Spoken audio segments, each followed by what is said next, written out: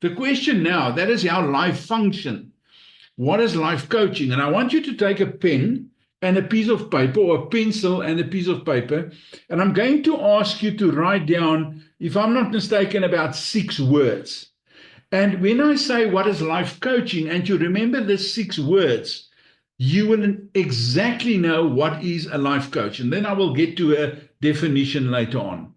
First of all, the first word that I want you to write down is the little word change. Now, I want to use a metaphor that says life is a journey. You are on your way on this journey, and the journey is called life. Now, on any journey, there is always changes. And on the journey of life, there's always changes. I had a conversation this afternoon with somebody that said to me, there was tremendous change in this relationship. We are not the same people that we used to be. Now, that's life. That's the journey of life. There is permanently changes. And research is showing us that as soon as there's changes, I'm uncertain of the future. I'm uncertain of where this journey is taking me. I'm seeing change as a threat. Therefore, it's important for life coaches to understand that there are certain phases that a human being is going through when he or she experiences change. And you need to become a change expert. You need to know what is the psychology of a human being that's going through these changes in life. That's why we're going to do a model of change. I'm going to show you how your client is going to experience change and how you can guide him on this change process. The second word is the 4th bullet point that you see on the slide, is the little word called sustainable. Now, when I change and there is no permanent characteristic or element in my change, there's no need for you to change. You want this change to be sustainable change. Change is not an isolated event. It's a process. You go through a process, and the result of that process is sustainable change. And that is why we say life coaching, our approach to life coaching, is a process. It's not an isolated event in life. It's a biblical principle. Nowhere in the Bible you read that God wants you to cope with depression. He wants you to cope with whatever pain you experience. He wants you to cope with anger. That's not what the Bible teaches us. The Bible teaches us that God wants you to live in complete victory, to overcome all these struggles in life, to get to a point where you say, I'm completely free. I'm living a life that's filled with inner peace. There's no coping mechanism there. I will come back to that. The third word is the little word responsibility in the second bullet point. So we had change, we had sustainable, and we had responsibility. Now, this is important, that commitment and responsibility goes hand in hand. If I want you to take responsibility for something, I want you to be committed to that something. If there's no commitment, there can't be responsibility. That is why life coaches will say to you, if a person doesn't pay for my services, he's not committed to change. He don't want to take responsibility because he's not really paying for my services. And that is important. Responsibility means to do the work. So I'm your life coach. I'm your safety net. I'm your supporter. I'm your cheerleader. But you need to take responsibility, and you need to choose the change yourself. Now, there's a difference between when we talk about sustainable change, when we talk about responsibility. I know I'm going to generalize now, but in my younger days, I visited a few psychologists. I was a pastor myself. People came to me for counseling. Now, why are people coming to you as a psychologist or a counselor? They don't come to you to say, I want to change. I'm going to take responsibility to change. They come to you and say, can you help me to get rid of my depression? Can you help? So they pass the buck from themselves to the psychologist or the pastor or the counselor. And I know people that is 6 years, they visiting the same psychologist month after month after month for the past 6 years. And there's still not sustainable change today.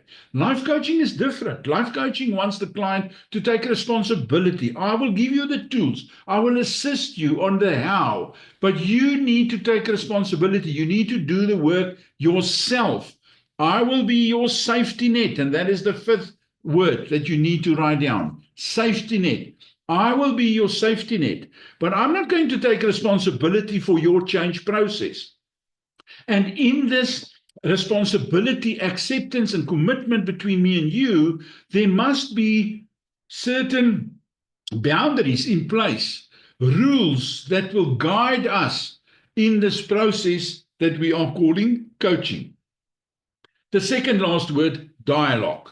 It's important that you understand that coaching is not me as the coach telling you what to do, and this is how you need to do it, and this is how many times you need to do it. It's a dialogue. It's a dialogue between two people. And now here is the secret. Approximately 70 to 75% of the talking in the coaching conversation is coming from the client. 25 to 30% of the talking is coming from the coach. And in 100% of that 25 to 30% in the form of questions. So you're going to ask a lot of questions. And the client is going to do the talking, and you're going to listen. You must have very good listening skills. That's why we're talking about a telling myth and an asking effect. We say that telling somebody is a myth, but asking somebody has got a huge effect. Let me illustrate this to you. I'm your boss. You working for me in my office. And Monday morning, I'm coming to you and I say to you, okay, I want you to do this for me today. And this is how I want you to do it. This is step number 1. This is step number 2. This is step number 3. I'm telling you what you must do. I'm telling you how you must do it.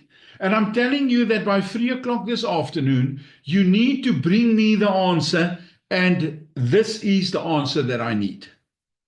That is the telling myth. Now let me illustrate the asking effect to you. Same boss, same person, coming to you on a Monday morning, and I said to you, I want to ask you something. I'm thinking of doing the following, and you are involved in what I want to do. What do you think? Do you think this will work? How do you think we can approach this?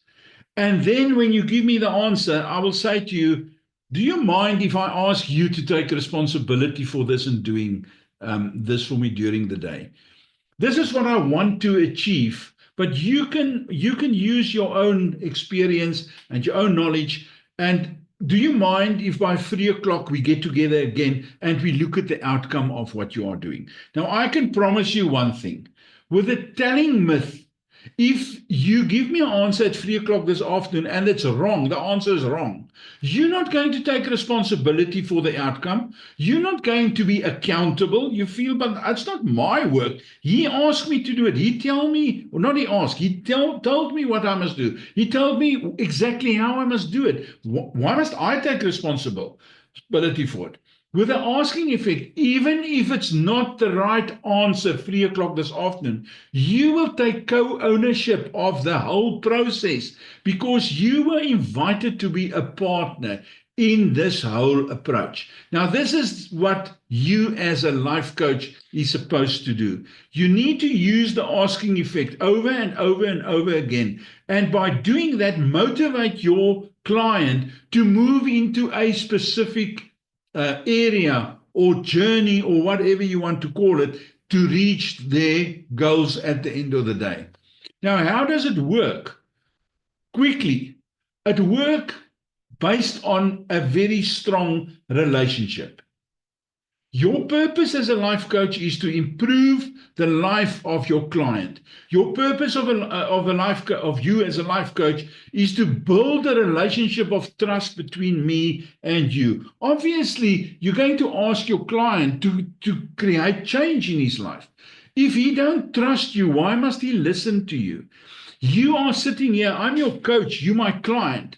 I've got two hats on, a training hat and a coaching hat. Why would you trust me if I don't build trust into our relationship? If I don't show you that you can trust me in this specific aspect? As for me, it's important that you experience change in all areas of your life. You remember? In all areas of your life, because you're a holistic person. But to do that, there need to be a relationship between me and you. The second important word on this slide is the word process. There needs to be a process that creates change. And why a process? Because at the end of the day, I already said to you that you are a whole human being, body, mind, and spirit. I cannot only speak to one part of you or one area of your life and expect you to make changes all over in your life. I need to look at you as a holistic human being. And let me give you an example. If you decide to come and see me as a life coach and we work with your career objectives, you tell me, you know what, I want to improve my relationship with my boss. Let's journey together. Assist me on how can I improve my relationship with my boss. I will focus on your career. I will focus on your business environment. I will focus on the relationship between you and your boss. But you're going to believe me when I tell you that whatever I'm doing and we are doing, there will be a spillover effect. And that spillover effect is going to, if you evaluate your growth and your relationships 3 months down the line, you will have better relationships with your family members, your children, your wife or husband, with your colleagues at work, not only with your boss, because we're looking at you as a complete human being. So what I will ask is the following, right? So where do you want to go? So you want to go to a specific space where you are in a good relationship with your boss. So let's make a plan. Let's look at the plan. And that plan is going to incorporate what time are you going home? What is the relationship with your wife? What can you transfer from other good relationships to your boss, the relationship with your boss? What is preventing you at this moment, your beliefs, to have a good relationship with your boss? What is the choices that you need to make? How can you improve your choices? So we need to look at your values. We can look at, are you happy in your environment? Why aren't you happy? Let's look at your rules. Let's identify the rules that we need to change, etc. Can you see we are doing this as a process to get people unstuck? Our focus is not the past, not necessarily the future. We work sometimes present. We work sometimes with the present, but our focus is on the future. That is coaching. Counseling is the past. Coaching is the future. And then the last important thing, it works with celebration. You need to celebrate your achievements. You need to celebrate when you reach your goals and your milestones. You need to celebrate, because that celebration is giving you energy. And energy gives you motivation. Celebration is giving energy. Energy is getting motivation. Motivation is giving you achievement. Very important in life, in all aspects of life. Okay, now let's look at a few definitions of coaching. And once again, I'm going to isolate one word in this definition, the little word desire. It's not a sin to desire something. It depends on what you desire. But taking people from where they are in life to where they desire to be. Now, that little word desire tells me that I really want this in life. I want this. I'm serious about this. I will commit to this. When I commit to this, I will take responsibility. So it's just not something that I would like to do. It's something that I really desire. Do you desire to open a life coaching practice? Is it a strong desire with you? Then obviously you're on the right track. We can put now the structure and the process and everything together and get you to where you desire to be. Lynn Lee, a good friend of mine from England, also a Christian coach, she wrote a small little book on how to hear God's voice. And this is one of the things that she said in that little book. Then Tony Stoltzfus, you heard of him. Coaching is the practice is practicing the disciplines of, now there's the word, believing in people. I'm going to leave you with a video that you need to go and watch during the week on the presuppositions of life coaching, because we only have got 2 hours.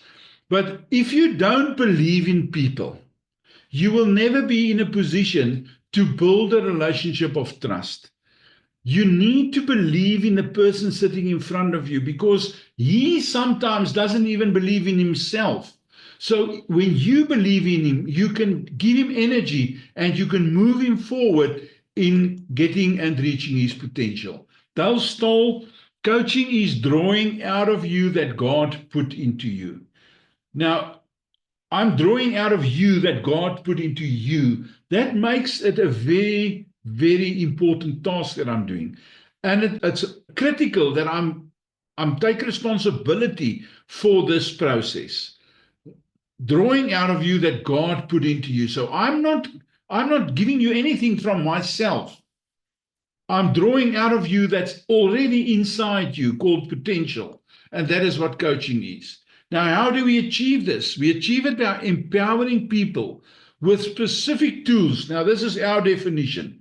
With specific tools and scientifically tested techniques. You remember last week I said to you that I will promise you, I will guarantee you that there will be positive change once you go through this process. It's a money-back guarantee because it's tested. It will work.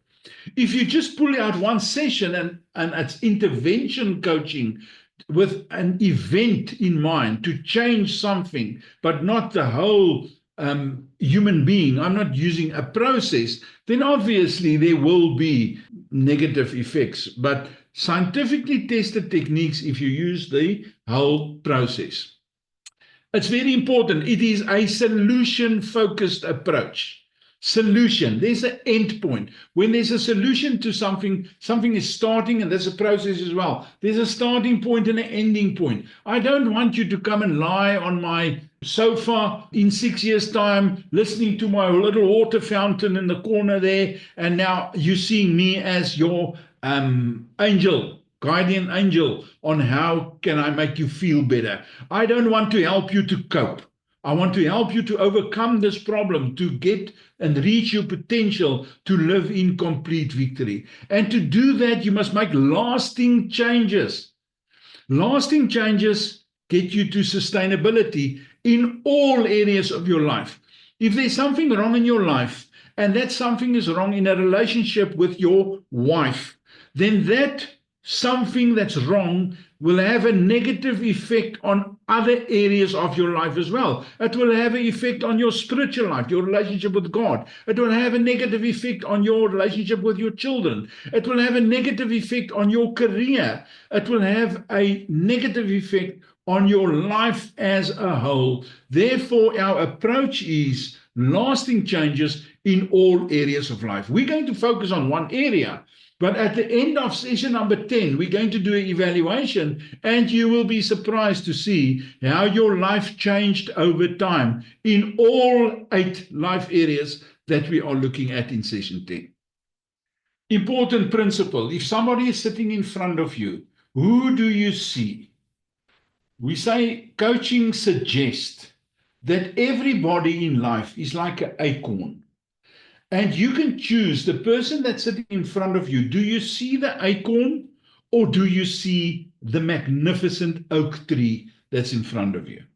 And everybody, all acorns in life, has got the ability of oak tree-ness that's already inside you. God created you with oak tree-ness, with a potential.